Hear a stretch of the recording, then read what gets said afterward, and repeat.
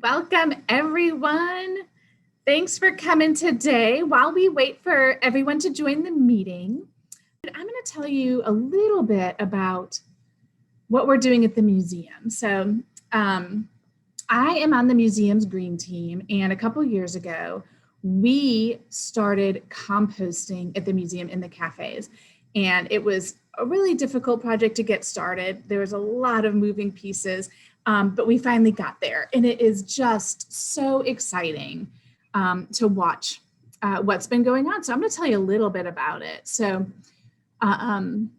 we started, so I guess it would have been a full year of composting in July, but we started back front of house, meaning post-consumer composting. We had been doing back of house for since January, so 2 years for that.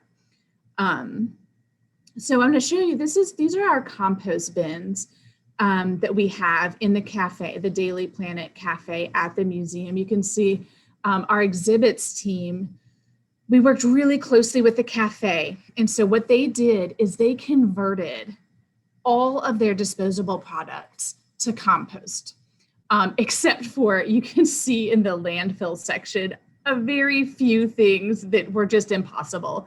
Like, for example, espresso cups, apparently they are unpurchasable, but everything else is compostable, from the to-go boxes to the silverware to all that stuff.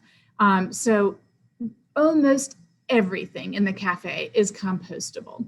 And one of the things we find, or I find, is that it's just straight up education. So a lot of us will go actually stand by these compost bins, like during the lunch rush, and just talk to people as they bring their trays up and help them make the right decisions about composting. We also do, as I said, a lot of education. So this is a big sign hanging up in the cafe, talking about why compost is important and how it helps with climate change. But I did want to share with you the museum's compost, because I am really excited about it. And now I want to, before we get to Shannon, I'm going to introduce Julie Hall, who also works at the museum, and she's part of a really cool project that she's going to tell you about. So welcome, Julie. Hey, everybody. So I'm Julie Hall, and I grew up composting. My dad is a big environmentalist, loves to compost. So it was easy to get my family to compost. Well, not always my teenager, but so we have a couple different compost piles going in the backyard. And several years ago, I heard about a local organization, a nonprofit that was helping schools compost, gather compostable material from the cafeteria, which is just incredible. So I'm going to tell you about this group I'm part of. It's called Every Tray Counts. And let me share my screen, show you what we're doing. All right. So Shannon, our main speaker, is a part of Every Tray Counts as well. So if you have any questions later on, she can answer them too. So we are a dedicated group dedicated to creating a sustainable lunchroom across the entire state of North Carolina. And people from out of state ask us questions too once in a while. And this group was started by a couple moms who noticed that our kids were in a lunchroom that was using polystyrene or styrofoam trays. And with realizing that these trays themselves are dangerous for both the health of our kids and the environment, they realized that a change was needed. The founders came up with a program to replace polystyrene trays with compostable or reusable trays, and to divert the compostable material, like food and compostable items like the trays themselves. So all of these items shown can be composted. How amazing is that? All that leftover food, the wooden popsicle stick, the napkin, the tray itself. Of course, it would be better to use reusable trays, less waste overall. But compostable trays, definitely better than polystyrene. Okay, so we want these items to go to the compost, not the landfill. where I'm sure Shannon will discuss the benefits of compost, less methane, all that. We want schools to lessen their environmental impact through the lunchroom, all while educating kids about how they can make a difference and be a part of the bigger solution. So when schools want to do this, they usually start by doing a lunchroom waste audit. So we have all kinds of forms on the website you can have for free and use it to collect your audit information. Basically, you just collect all the trays that day from all the kids from lunch. So of course, none of this is happening right now during COVID times, but hopefully again soon. So you collect their trays and then separate all the waste. And here are the results from one of our audits at Millbrook Elementary. So this is a local Wake County school. And you can see by weight that 85% of the waste is compostable. That's a lot of waste being turned into soil instead of being squished in the landfill and producing methane. Okay. We just think the cafeteria is the perfect place to collect compost, because where else do the same number of people eat about the same amount of food every single day that they come in? Okay, so here is the waste line that it looks like at most schools. Every Tray Counts has developed those posters you can download for free. And let's see, with kids dump their liquids, then they separate their plastic trash, non-compostable or recyclable things go in the trash, put their compost in the food bin, and stack their tray. And hopefully a lot of schools have a recycling bin as well. I think the school had one around the corner, so it's not in the picture. Let's see. So if we do this kind of thing early, then kids grow up with this mindset that waste should be put in its proper place and that not everything is garbage. Kids learn that compostable materials that are thrown in the trash are wasted and could have been turned into valuable nutrients through composting. Kids also become much more aware of the waste they create, and hopefully they care more to reduce their waste. And maybe they, don't pack too much food for themselves, don't take too much food because they know they're wasting it.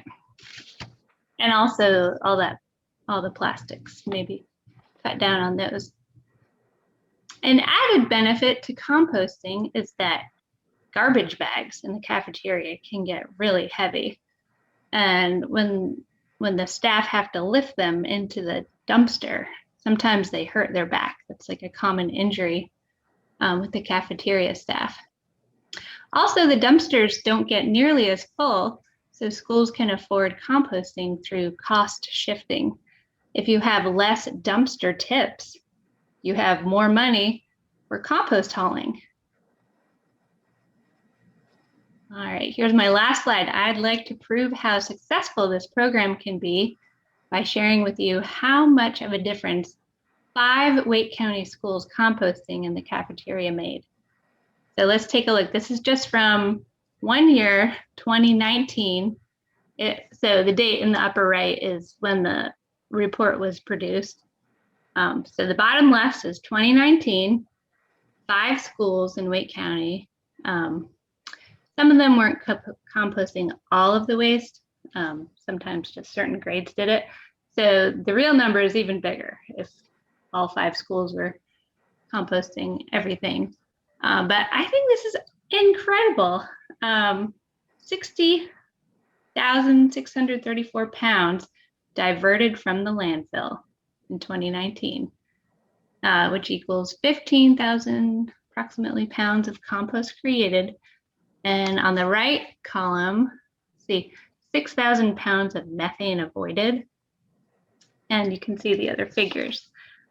It's just awesome. So this is waste not going to the landfill. being turned into something useful and educating the next generation along the way. So here is what Every Tray Counts can offer to anyone for free to get their program started. If you go to our website, everytraycounts.org, I think Hugo's going to drop that in the chat. And you can find our school kit for composting, a guide for North Carolina schools. And it includes videos, lesson plans, a library book list if you want to add things to your library, PowerPoints and fact sheets, tips, FAQs, and more. And we're here to help. I'm the Wake County coordinator for this program, so welcome to reach out to me. All right, that's all I have. Thanks so much, Julie. All right.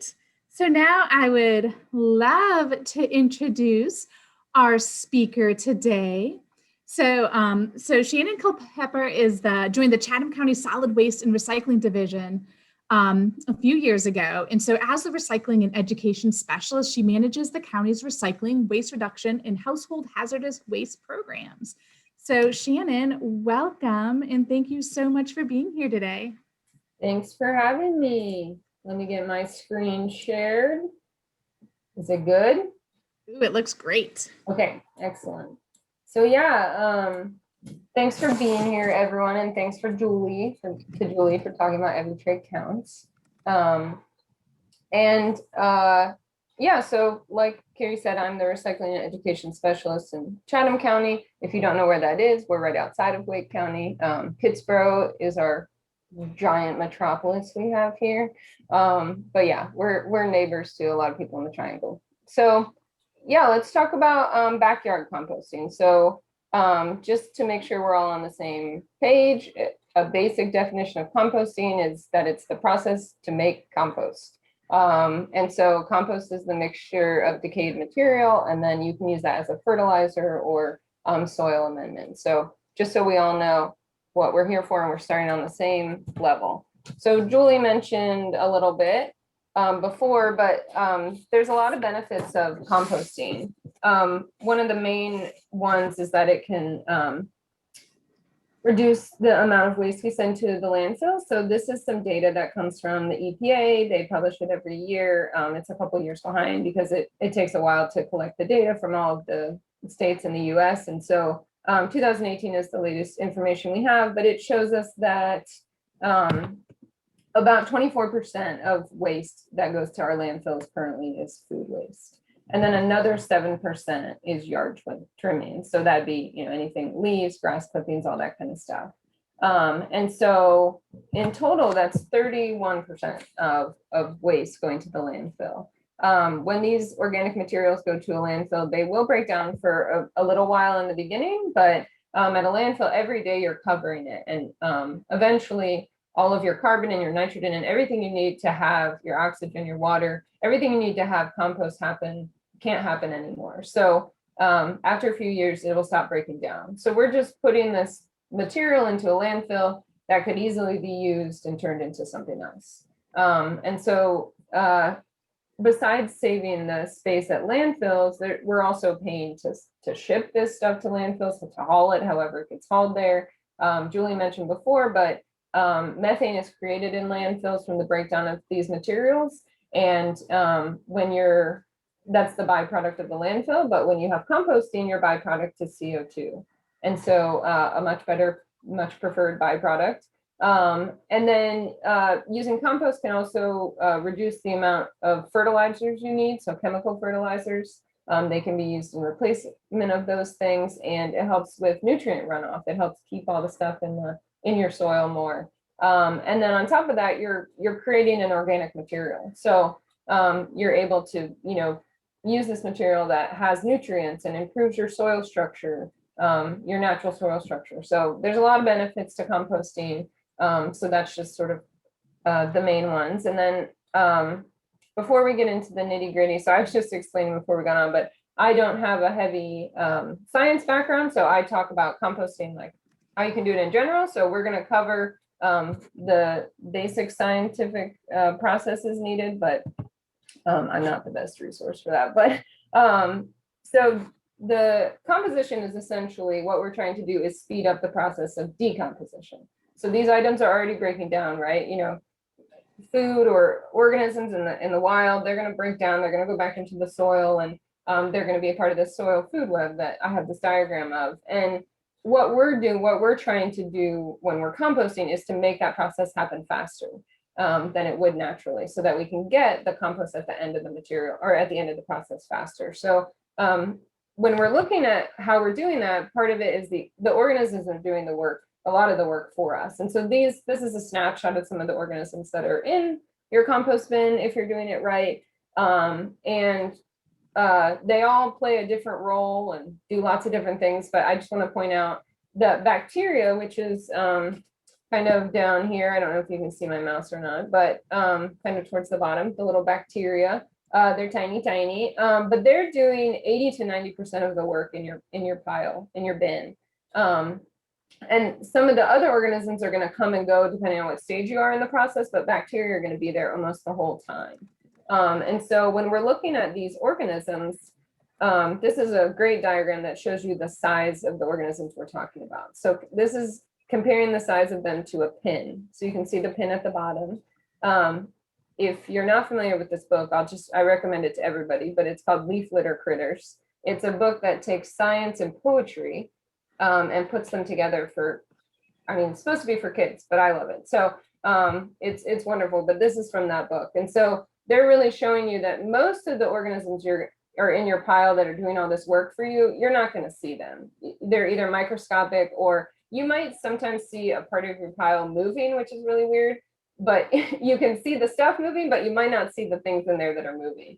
Obviously, you'll see things like earthworms and whatnot, but the majority of the organisms that are doing the work are so tiny, you won't even know they're there. So yeah, let's start with some composting basics. So when I'm talking about composting today, I'll be talking mostly just about your backyard compost. So you want to get started at home. How do you do that? Or maybe you already have a pile and it's not going that well, and you're trying to figure out how to get it going. So that'll be the focus today. So there's lots of different types of composting systems. These pictures are only a few of them. You can Google it and find 1,000 different kinds of composting bins. And so, anything as small as a 5-gallon bucket to a large industrial composting facility. So the picture on the bottom right is an industrial composting facility. That's where stuff like Carrie was talking about the museum before, their stuff is going to an industrial facility. So this one pictured is actually here in Chatham County. And it's one of the largest composting facilities. It may be where the museum stuff goes, honestly. Is it Brooks? Yep. Yep, that's where ours goes. Yeah, so most people don't know. Yeah, Brooks Composting, they take everything from Chapel Hill, UNC Chapel Hill. They work in the triangle everywhere, and it all comes here to Goldston and Chatham County. And that's their facility picture. So that's a much different level of composting that we won't get into today. So yeah, but just focusing on your backyard composting. And then, so when we're talking about composting, I know it can feel complicated, it can feel overwhelming, and we want to break it down to as easy as possible. And we need 3 main things: browns, greens, and water. So browns are going to be your carbon source in your pile. And that's going to come, we'll look at a longer list later, but that comes from leaves and branches and twigs. But that's going to be your carbon source you need in the composting process, or the decomposition process. And then you need greens as well. And so that's your nitrogen. And that's going to be your food waste, or also grass clippings, coffee grounds, stuff like that is going to be your green source. And then you have to have water. So some people forget about this. They put their compost bin all the way in the back of their yard and don't realize they might have to water it every now and then. And so you want to make sure when you're placing your pile, it's somewhere near a water source. And we'll talk a little more about that too. But you do need water to provide moisture in the decomposition process as well. And then you also need air, but we'll talk about that later. And these are the 3 most important, but then we don't want to forget location. So that's why we say it: location, location, location. So you want to start your pile in a convenient place to where you want to use it. So if you want your compost pile to go into your garden or your flower bed, think about where you can put it close enough that when your compost is done, you don't have to truck it all the way across to your property.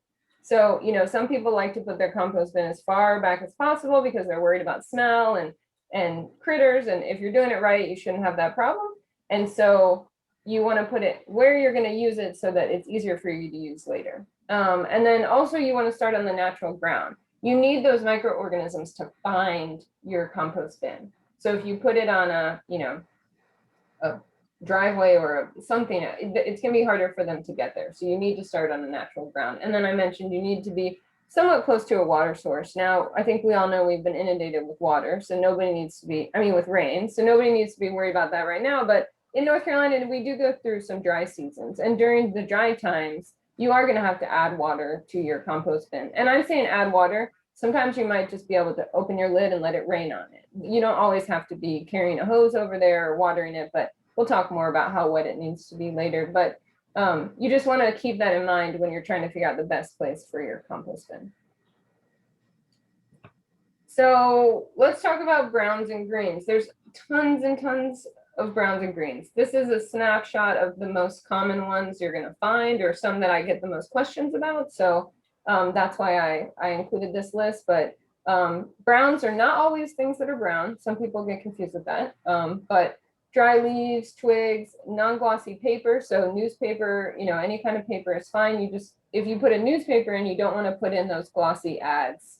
They have a different kind of ink and they don't break down correctly, and they could be chemical. They have more chemical than like newspaper print, so they can cause a problem in your compost bin. Any kind of, corn cobs, hay, straw, dryer lint. So this is something I get asked about pretty frequently, so I put it in here. As long as you don't wear like all synthetic clothes all the time, then dryer lint is mostly a natural material as well, because you're either wearing cotton or polyester or something. So dryer lint is fine to collect and put in your bin as well. Cardboard, sawdust, wood chips, grains, cereals, crackers, things like that can all go in there. And then when you're talking about greens, your nitrogen, you're talking about green leaves, fruits and vegetables, coffee grounds and filters, tea bags and leaves. The only thing you have to worry about with tea bags is that sometimes now they're not paper. They're like a plastic material. So you kind of have to feel them. They'll trick you. They look like paper tea bags, but they really are like a plastic. And then the only other thing you have to worry about is that tiny little staple that is sometimes attached to the tag of a tea bag. But other than that, you should be fine. And then if you have herbivore animals, so if you have chickens, you could put your chicken manure. If you have rabbits, you could put that manure in your pile, but you don't want to put any manure from a carnivorous animal. We'll talk about that. And then eggs are fine. So people do get really worried about eggshells.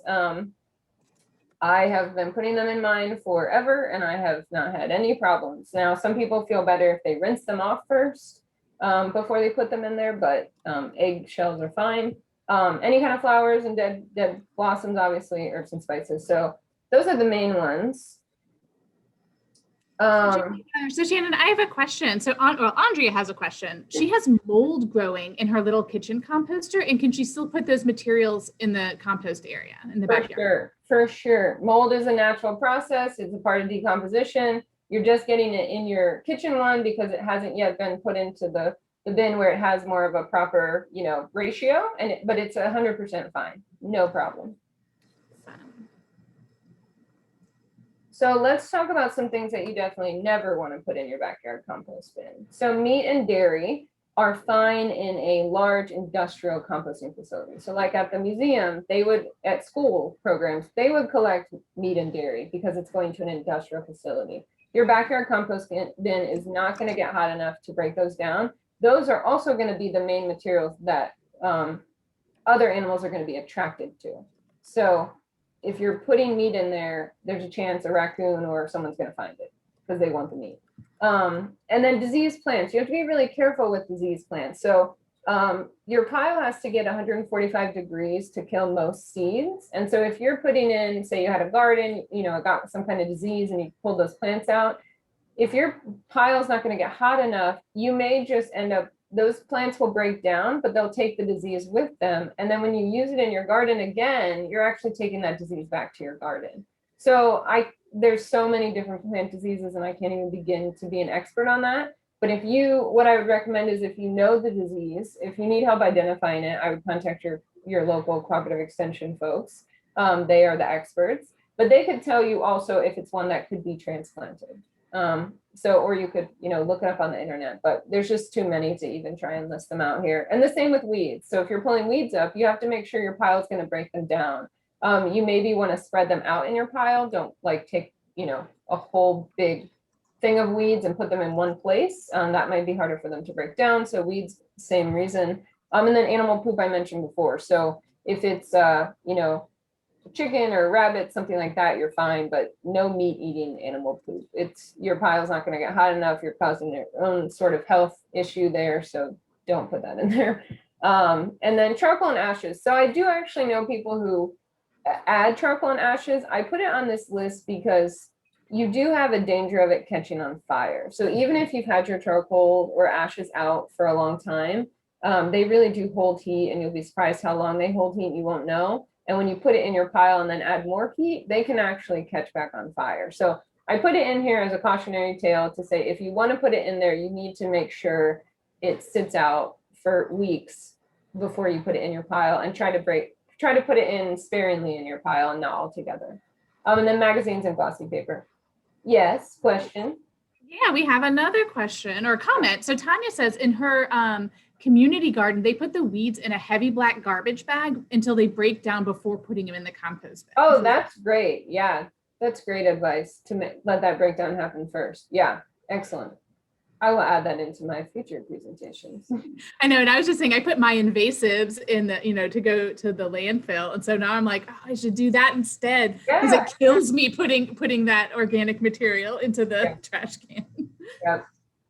So those are the most common ones. I don't know if there's any more. But if you come up with a question later, Carrie will let me know. But those are the most common things we don't want to put in the backyard compost bin. And then we mentioned it already, but I just wanted to bring your attention to compostable materials. So these are materials. This is what the museum showed on they're using everywhere in the museum now, which is great. But again, they are meant for composting, an industrial composting facility. And so I bring this up for two reasons. One, there's a lot of greenwashing out there. So you might think you're buying a material that says it's compostable or biodegradable or whatever. What you want to make sure is that it's BPI certified. So that's the organization that verifies that this material has actually been shown to meet composting standards. So just be careful when you're buying these things. The other thing I bring this up for is to say, if you're trying to backyard compost and you think you're going to switch all of your materials at your house to compostables, it's going to be really hard for you to break those down in your backyard compost bin. One here or there is not as big of a deal. You have to break it up into tiny pieces. But if you think you can throw, 20, 40, plates in there at one time, your pile is not hot enough. It's just really not going to break those down, especially the cups and the utensils. They take even longer to break down. So I'm not saying don't use them. I'm just saying, be aware of how much your backyard compost pile can take and how long these things will take to break down, because they really are built for a industrial composting facility that gets much hotter than your backyard compost one. Oh, someone said they have cups that are 5 years old. Exactly. They'll break down eventually, but yeah, it takes a long time. So let's talk about how you compost. So there's essentially two ways of composting: slow composting and fast composting. So we'll talk about slow composting first. I also like to call this lazy compost. I am a lazy composter at home because I have one here that I maintain for work purposes. I actually get I'm across the street from our detention center, and I get the food waste from the kitchen, and I use it so that I can have a demonstration site. So I have to do a lot of work to that one. So then I go home and I'm like, no, forget about it. Like, I'm just going to leave my other compost there. So it will eventually break down. It's just going to take much longer. So because you're not giving it as much attention, it's not going to get as hot as fast composting. And so it's going to take about a year to get your compost out. It won't get hot enough to kill all eggs and flies, so you got to pay more attention to what you're putting in there. Obviously, it's going to do better in warmer months because the temperature outside is going to help it get hot, but you don't have to pay nearly as much attention to it. You don't have to worry about turning it and all this stuff, watering it. You just kind of are letting it go and hoping compost will come out of it eventually. But one thing you want to do is make sure you have smaller size particles because you're kind of leaving it alone. You want to give it as much time or make it a little easier for it to break down. So if you're putting stuff in there, you want to break it up into smaller pieces to help it break down a little easier. But then fast composting, which is what most people want to do and, want to get the compost faster, is that you're going to get compost in about 3 to 6 months. But because your pile is going to get over 120 degrees, hopefully that's what your goal will be in the hottest months. And that will be hot enough to kill more seeds and flies or eggs and stuff like that. And then you can compost all year long. It's not dependent on the temperature outside. Your pile will get cooler in the winter months. Starting a pile in the winter months is harder because you're not going to be able to get it as hot. But yeah, it does take more effort, which we'll talk about going forward. But you can have a larger pile than with the other one. You can have a larger pile to start. So when we talk about how big we want our pile to be, the sort of standard is 4 by 4 by 4. However, the pictures I showed you before, lots of those are not 4 feet by 4 feet by 4 feet. Anything that's ideal for composting is anywhere in a range of 3 feet to 5 feet. So when you get smaller than that, it's harder to maintain. And when you get larger than that, it's harder to maintain. So that for a backyard composting, 3 to 5 feet in all directions is good. And then what you remember or what you have to know about composting is that your material is going to break down. Your size will decrease by about 60%. So you're adding stuff in. So you might start with this, like the one picture, you might be like, oh, I'm going to fill that up so quick. But if your decomposition is working, every time you go back to your pile, it's a little bit smaller, and it should be. And so you're really not going to overload your system very quickly. Now, this will also depend on your, if you're doing it at home, your family size. One person is much different from a family of 6 in terms of the waste that they create. And so that is dependent, but you can start with just one, small compost pile, and it's going to take you years to fill that thing up. I mean, you don't have to worry about it anytime soon. And then you want to add your browns and greens. I didn't mention it before, it was on the slide, but you're going to add those at a ratio of 3 to 1. So a lot of times people's compost bins, they think, they're not working. They're like, I'm adding it, but they might be adding the exact same amount of greens and browns. And so you really do need to add way more brown than green to balance out the carbon and nitrogen ratio in your compost pile. And then the surface area of the material should be relatively small, like 1 inch to 2 inches is great. So that's why food scraps are great. You're already chopping something up, you have little bits. But if you have like a banana go bad and you just want to get rid of it, it would behoove you to break it up into smaller pieces before you put it in your compost bin. You're just helping the process go faster. It's up to you how much effort you want to put in, but it does help the material break down faster. And then you want to make sure you're always layering your material. So every time you're adding greens, you add browns on top. And we'll talk a little more about different ways of adding material. And then you have to stir your pile. So I mentioned before that you have to have oxygen. So this is where your oxygen comes in. So your pile is going to get hottest in the middle, of course, where your material is breaking down, but you also need oxygen to get there. And you want to be aerating your pile to be able to make sure the air can flow through all of it and not just the outside of your pile. And so you can stir it with, in that picture, you see a fork. I think we talk a little more about aeration later, but you can stir it with anything that helps you. And you want your pile to be anywhere from 90 to 140. You're probably going to hover around 120. Most backyard compost piles do, which is great. You don't have to have a thermometer. You can have one. They sell long thermometers you can stick in your compost pile, but you should feel heat coming off of it.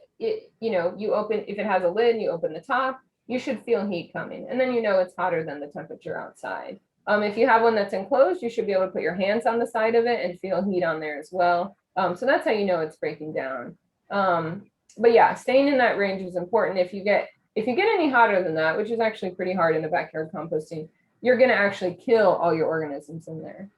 But again, it's pretty hard to get that high in a backyard composting bin. And then moisture. So we mentioned the water before. So you want it to be 40 to 60% water. That's hard for people to understand what that means. So they came up with something called the sponge test. So if you imagine you take a sponge and you wring it out, that's how wet you want your compost bin to be. So from time to time, you could actually just reach your hand in your compost bin and pick up, a section of your compost and squeeze it. And if it's like a little bit of water comes out, perfect. If there's no water, you obviously need to add water. If there's too much water, then you need to make sure you don't add water for a while. And you do get moisture in some of the food you're adding, especially coffee grounds. So if you're a big coffee, family, and your pile is too wet, you may need to hold off on adding coffee grounds, or you may need to let them dry out before you put them in there, or tea leaves, or anything that might take moisture with it. So that's sort of the basic elements of composting.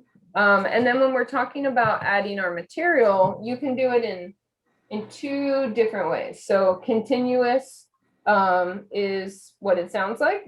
As you accumulate material, you're going to add them in there. So this is what most people probably do. You might have a bin or a little compost collector in your kitchen somewhere. You put it in there and then you take it out maybe every couple of days or every week.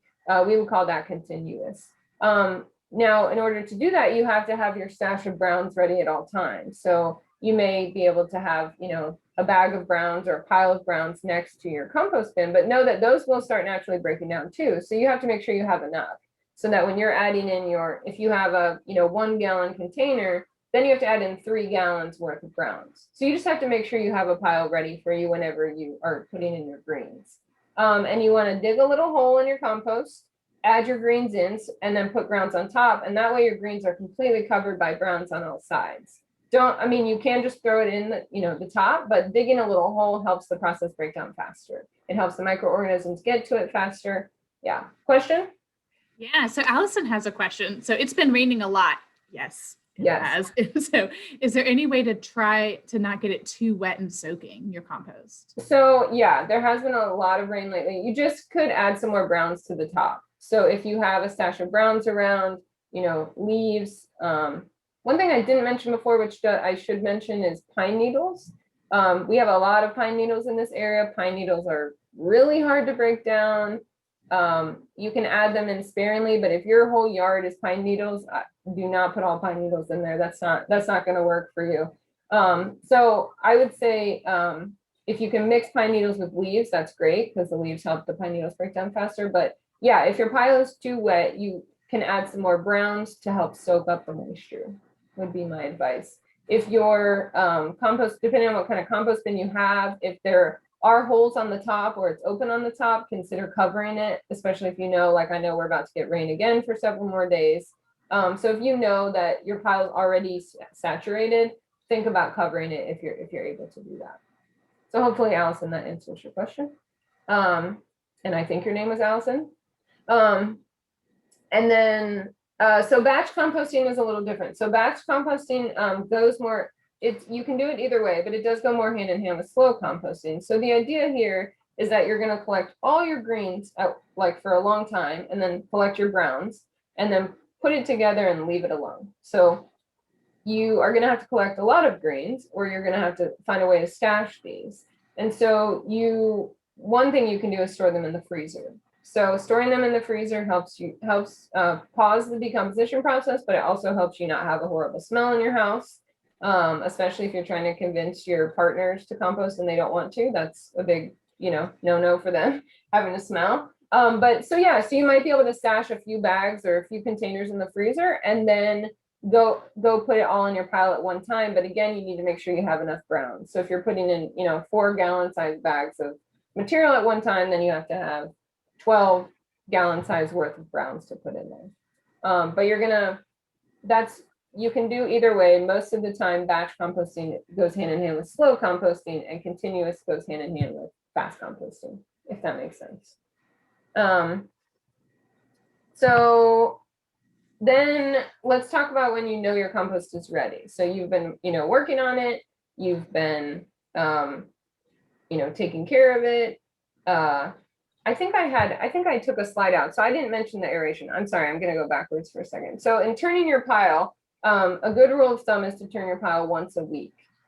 So I think I took this slide out. It was a whole diagram that I didn't like, so I got rid of it and forgot to put something else back in. But once a week is a good, rule of thumb. If you're going on vacation, whatever, you're not there, you don't have to worry about it. It's not that big of a deal, but that's sort of the standard to turn in your pile. But you're just helping the material spread around. But you do want to make sure that as you're turning your pile, if you have really good compost on the bottom, you may want to only turn the top half, the new stuff that you've been putting in, if that makes sense. So if your compost is almost ready at the bottom of your pile and you want to get it out soon, if you mix it in with everything else, you're going to extend the time until you can use that good compost.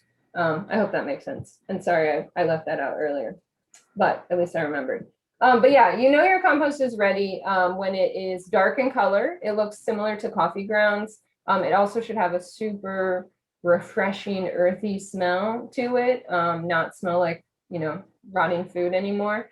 But you do want to cure your compost. So what some people will do is say, oh, great, I have compost, let me go put it in. Your compost is still really hot. And so if you put your compost into your flower bed or your garden or whatever, you're gonna kill it with the heat because you've added this heat to your flower beds or your garden. And so curing it just is, all you're doing is allowing it to come down to the ambient temperature. Depending on how hot your pile was and how much you have, that will take a varying amount of time from days to weeks. If you have a space where you can spread it out, that's good to let it, that will help it come to ambient temperature faster. But yeah, you just want to make sure that you don't add that heat into your pile and kill everything you're trying to grow with the heat. If you're doing it, I will say, if you're doing it during the off season though, if you're getting your beds ready, you can add it in if you don't have anything in your beds yet. Because obviously you're not going to kill the soil that you're adding it to. But yeah, I do also want to mention that compost is meant to be an amendment. It's not meant to be the entire thing you're putting in your bed. The chemical is not going to be right for you to grow something in 100% compost. 20% by volume of you adding it is good. A lot of times when you're getting a bed going, you see a lot of 50-50 mixes, which are really great too to get it started. But when you're creating this compost, yours is going to be, different than an industrial compost. So 20% by volume is a good ratio when you're mixing it in as a soil amendment. And then let's talk through a few little troubleshooting things. So one we already mentioned before, but if you find that in your compost bin you have a bad odor, that's probably because you have too much green and not enough brown. So you've put in a lot of food scraps. That's what's going to create that odor. And so you want to make sure you add in browns, but also make sure that maybe it's all clumped together. You added 2 batches at a time or something. And so you want to mix it up, or it also might just be too wet. So we talked a little before about how you can dry it out.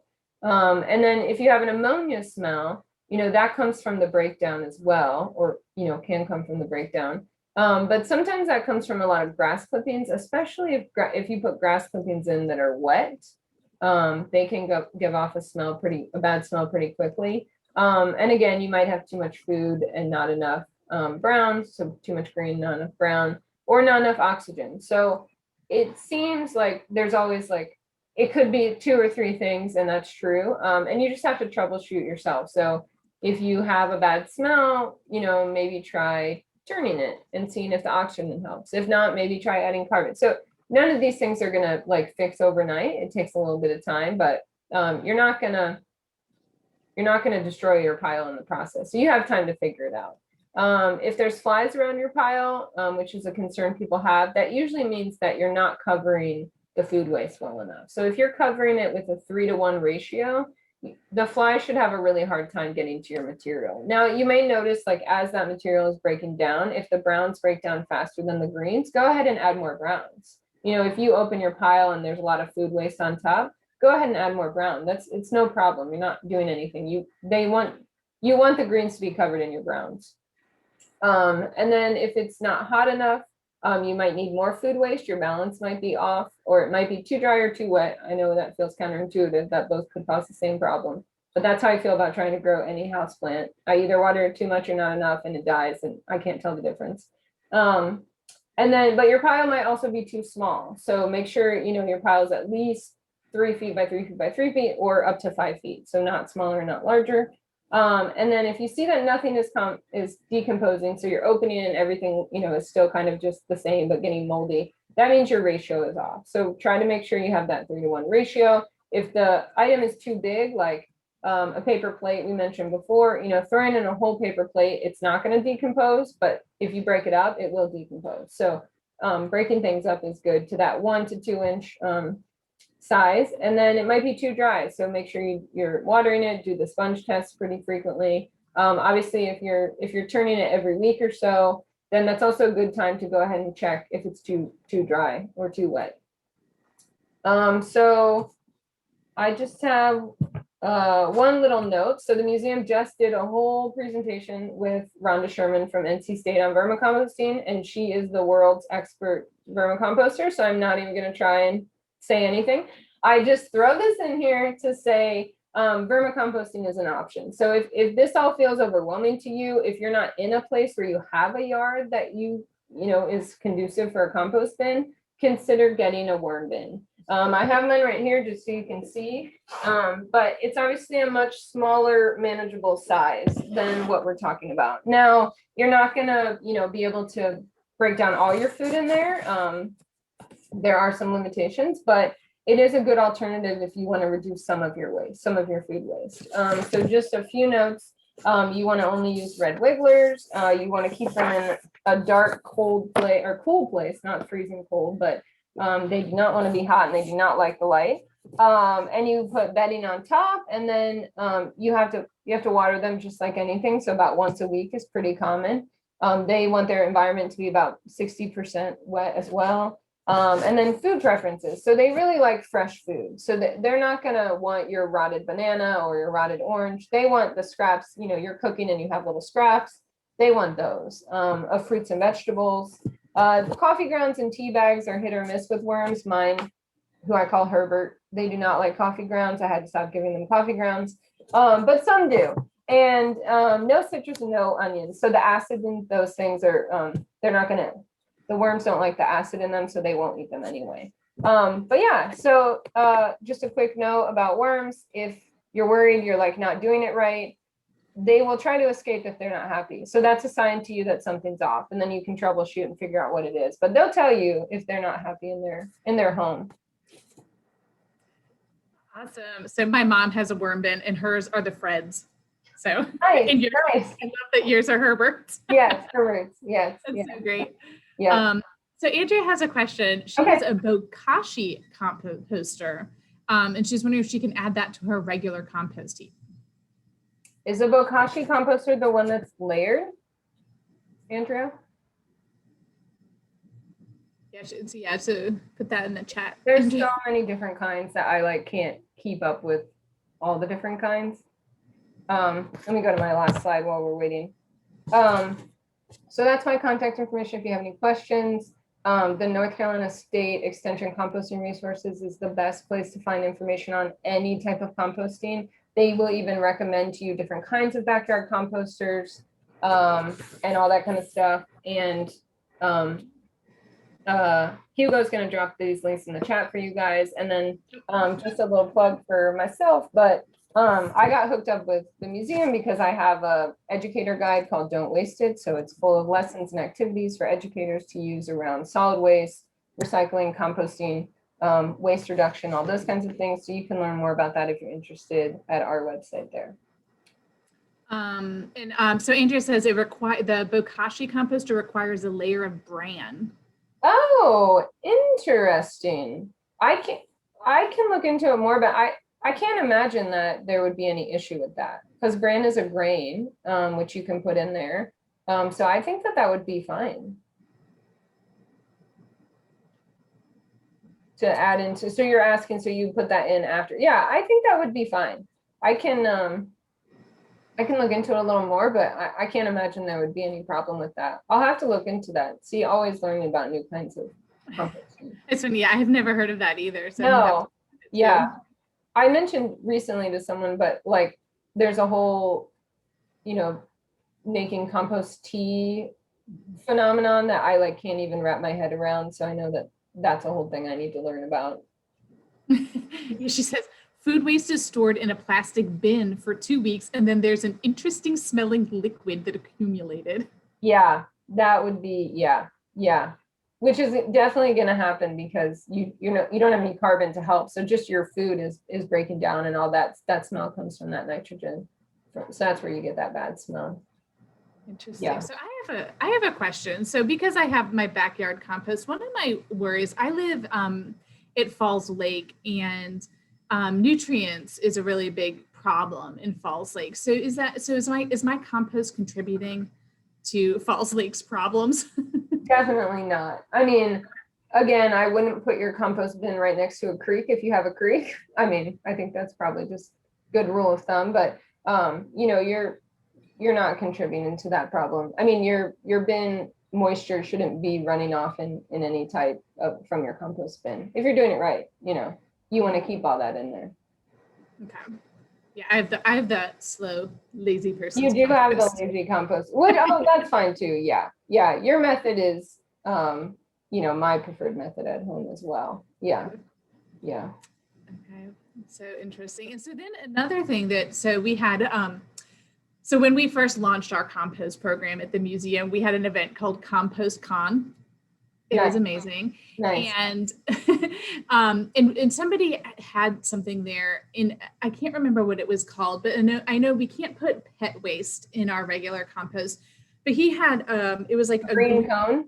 A green cone that you would bury. And that, can you tell us a little bit about that? I can talk a little bit about the green cone. Amazing. So I don't go into it here because it is a little separate, but a green, it is what it sounds like. It's a green cone. It has a mesh opening at the bottom, and you bury that part underground. So the green cone sticks up. It's pretty tall though. It's probably about 4 feet maybe. Yeah. So most of it's going to be above ground, and the top you can open, and you put your food waste in the top, and then it goes down to that mesh thing at the bottom where it decomposes. So what's happening in there is that you're not going to get the compost out. You're just letting the food waste decompose and go back into the environment. So in that scenario, you can add things like animal poop and meat and dairy, they tell you. Now it's still going to attract animals for sure because of the smell, but they can't really get to it because you've buried the food at the bottom. So just be aware it may still attract animals, but it is a different way of composting in that you get rid of the food waste and the yard trimmings, but you don't get the products back at the end. So you can look them up online, but yeah, it's called the green cone composter, and it'll come up, but yeah. I have one. Oh, Julie has one. Great. I actually won it because I was like part of the raffle for attending the latest composting council meeting. Okay. It was great. And so I mistakenly placed it in a bad spot in my yard, and I need to relocate it because it's always full of water. Oh, badly drained area. So I don't think it's really working that well, but I do want to put pet waste in it. Is the top open all the time, Julie, or does it have like an actual thing you open and close? There is like a flap at the top. You can. Okay. So it's definitely just too wet. Yeah, too wet. Do they give you guidance on, where to place it in your yard? Yes. Oh, okay. Yeah, I guess I didn't pay enough attention. Hey, that's okay. But yeah, I have heard a lot of people are using them for pet waste. Yeah, it's pretty cool. Yeah, because that's another hard thing that, to send to the landfill, right? Is that pet waste. So yeah. I think that's such a great solution, right? That you can compost it. Mm-hmm. So very cool. So awesome. Well, if folks have questions, put them in the chat, or if you just want to tell us what you have and what your experience is with it. Let us know. We love talking compost, obviously. And we can ask Shannon, and if you have a question about the green cone, I guess we should ask Julie. So. Yeah. And I think someone at the beginning said that theirs was just getting started and maybe it was having a hard time. If you could expand on that, we might be able to help, or maybe you already learned something that you were able to fix. But again, if you're starting your compost bin in the winter, expect it to take longer to get going because of the temperatures outside. If you start a compost bin in the hot months, it'll get started much faster. Very cool.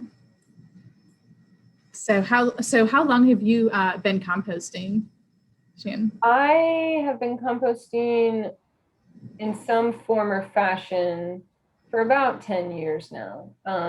I started pretty small with worms because I use this for education purposes. So I can take it, adults love it, kids love it, it's great. But I can also use it to talk about larger composting. And then at home, like I said, I was a lazy composter. My husband took it over. So now he is constantly paying attention to that thing at home, which is great, and getting compost out of it. But for me, I got to maintain the one here. So yeah. And here I have I have a demonstration site. So I have a 3-bin system to show, the start of the process, the middle of the process, and then the end of the process. So that takes a little more work too. Yeah, what I think is so interesting about compost is just the absolute variety of ways to do it. Is because the zoo, I mentioned in the chat, but the NC Zoo, I toured their facility. They do the windrow composting. They have a lot of elephant poop, right? And they have all the gardens as well. So they have just this great, but it's a ton of work. I think they turn their piles every 2 days. Yeah. They have staff that does that. Yeah. But they're able to mix in their post-consumer with that because they have that operation going. And then the Museum of Life and Science has the grinder composter, which is really cool too. And so they don't do post-consumer, but they have the barnyard they do cool. there. And that's really cool too. Sorry. So Allison, so I think Allison is the one that said that she was having some troubles. And so she has an enclosed compost bin that spins, and she's wondering if the problem is maybe not enough critters since it's above the ground. Yeah, so it's probably like this one. I was trying to go, oops, I went back. I was trying to go back to this picture, but it's probably like this one here. I know this is being recorded, so I'll just give my 2 cents that I find the turners to be advertised as a lesser, like an easier way to compost, but I find them more difficult to use. Most people I talk to have way different problems with them. Sometimes the liquid stays in there, like there's so much liquid that gets built up. But to your point, Allison, you're correct. So the natural microorganisms can't find it, right? So you are going to get some organisms that, magically appear in the world, however science works. You will get some in there, but you're not going to get the amount that you would get in a backyard compost bin. So there are some sort of additive things you can put in there, which you can look up that might help, but I do find those to be more difficult to maintain going forward. And some of them, I don't know about yours, but some of them have 2 different sides. So one's meant to be like fresh, and then you like move it to the other side. I find them to be complicated. I'm sorry. I know I'm giving like this negative review of them, but I just find them to be incredibly complicated, and I can't really figure them out myself. So I hate to not be able to give you better advice than that. But if you Google like how to add microorganisms to your compost bin, you can buy microorganisms to add to your bin if you want to see if that will help it break down a little faster. That's pretty cool. And then Brian was weighing in on the green cone. He's saying that understanding is it's essentially a septic tank for pet waste. Yep. And then Black Dog says they have an in-ground vermicompost that they started this past summer, but they're going to have to redo the drainage around it again next year. So that's Yeah, so that's really interesting because I know with the worms that it gets too cold, right? They have to come inside in the winter. And so, but if you have an in-ground vermicomposting, they can stay outside. Is that true? This is really interesting. I haven't heard much about in-ground vermicomposting. I have a lot of questions, but yeah, I wonder, A, how do they not escape? That's my first question. How do they not leave? And how do they get air? Is my second question. Anyway, so these are all, yeah. Yeah, I was part of a workshop where one of the another museum was doing this, and it was, I have a lot of questions too, but it was really cool. So they actually had enclosures, and they had a 3-part where you could, send the worms to one, because the worms have to be shifted.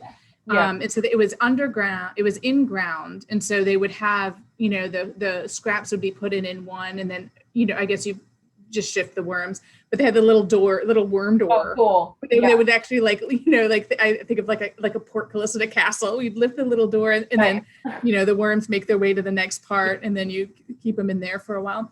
And I feel like this museum was not in the South. I feel like that was a northern museum. Was it just open on the top then? Like it's just like, I think they would the photo I saw, it was in the process of being built. So it was open, but I don't know if that was like eventually if it was going to be covered or not. Okay.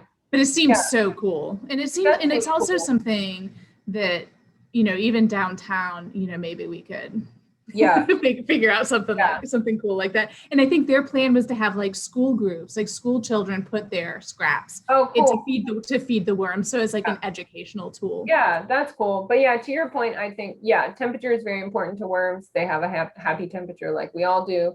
But they will die pretty quickly if it gets too hot. If it gets too cold, they won't die as quickly, but they'll stop eating. They'll just stop moving for a while. Because you're putting it in the ground, it all depends on where you live, but you might have to actually insulate it in the winter somehow, maybe provide a light. There's lots of different options for people who want to keep their vermicompost bins in a cold place during the winter. So you'd have to figure out a way to do that, and to be, checking the temperature regularly to see how cold it's getting. Yeah, I know. Yeah, Rhonda was saying she actually puts like insulation around her worm bins because they stay outside in the winter. Yeah, I keep mine inside here at work. Our office is a fine temperature for them, so that's okay. But yeah, lots of people at home keep them outside, and you just have to insulate them in the winter so they don't die. Yeah. Okay. So Laura is asking if you've heard of the Johnson Sue composter. It has vertical pipes to help air get into the pile, and you don't turn it. She's just wondering if you thought it was okay. I have not heard of it. There's so many, I'm telling you, there's like so many types of compost bins I've never heard of. But as long as air, I guess I'd like to learn, I could Google it real quick, but as long as the air is able to get to different parts of the pile, I'm not sure how the piping system works. Because you really do need air on the outside of your pile and the inside of your pile. So if it's like a stagnant pipe that you put in one place that never moves, I wonder how that would properly, flow the whole pile. But if it's a pipe system that you kind of move around, I would think that would maybe make more sense, unless it's a pipe that then has offshoots. But you don't need a whole ton of air. If you look at that picture actually that's in the middle, the one that I have, so that's the backyard compost bins that we sell them here, except that's a 2-piece and we sell a 1-piece. You can see the slats on the side are the airflow. Those slats go all around, but you're not looking for, you don't need a huge amount of airflow. So that pipe, one pipe might work in that kind of system. But from time to time with the ones like in the middle, we just take the lid off, let it get some air, let it get some rain through the top as well, and that's enough aeration for those backyard ones. So yeah, it may work. I could look into it more, but I've not heard about it. Someone else. Black Dog says they have one of those. Yeah. So. Interesting. Cool. I'll have to look into it. I'll have to write it down. I know we should have a follow-up workshop where we compare our different we're not recording. We all compare our different methods and Yeah. share best practices and what we think works well and what we think doesn't. Yeah, I gotta write down that other one too from before that I didn't. Oh yeah. Yeah. Cool. I'm learning so much. Isn't that, and that's why these programs are so fun. Yeah. All right. Well, I am not seeing. She said, Laura says she'll join for the follow-up workshop. Yeah, we should totally do that. So, if there's no more questions, I would just like to say thank you so much, Shannon. This has been such a treat getting to learn about compost from someone who knows so much about it and can help us on our journey. I'm going to go ahead and share my last slide. I know, I'm so bad at this. Okay, so yes, as I said, thank you so much for being here and sharing your Saturday morning with us as we, it is a little dreary, so this is a good thing to do together on a dreary Saturday. We do have one more compost workshop in this series, and so it'll be April 10th, and we'll be talking about composting with black soldier grubs. So, which is, if you enjoy talking about compost, they're amazing. I didn't even know what they were until I met Carl at our Compost Con, and now we talk about black soldier grubs a lot. So they're flies and they're native and they're really, really cool. So please come join us and learn all about those.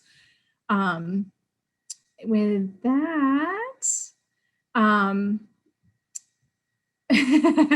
Taylor says dreary in the Piedmont. It's bright and sunshiny here on the coast. Well, I wish I was on the coast with you, Taylor. It is a bit icky here. So thank you everyone so much for joining us. If you have any questions, I will put my email in the chat. Please feel free to reach out. And I hope to see you at another, hopefully the Black Soldier Fly program, or we have Reptile and Amphibian Day coming up in about a week. So lots of fun stuff going on at the museum. So thank you, Shannon, and thank you, Julie, too, for telling us about the Every Tray Counts. Have a great day, everyone. Thanks, everyone. Bye.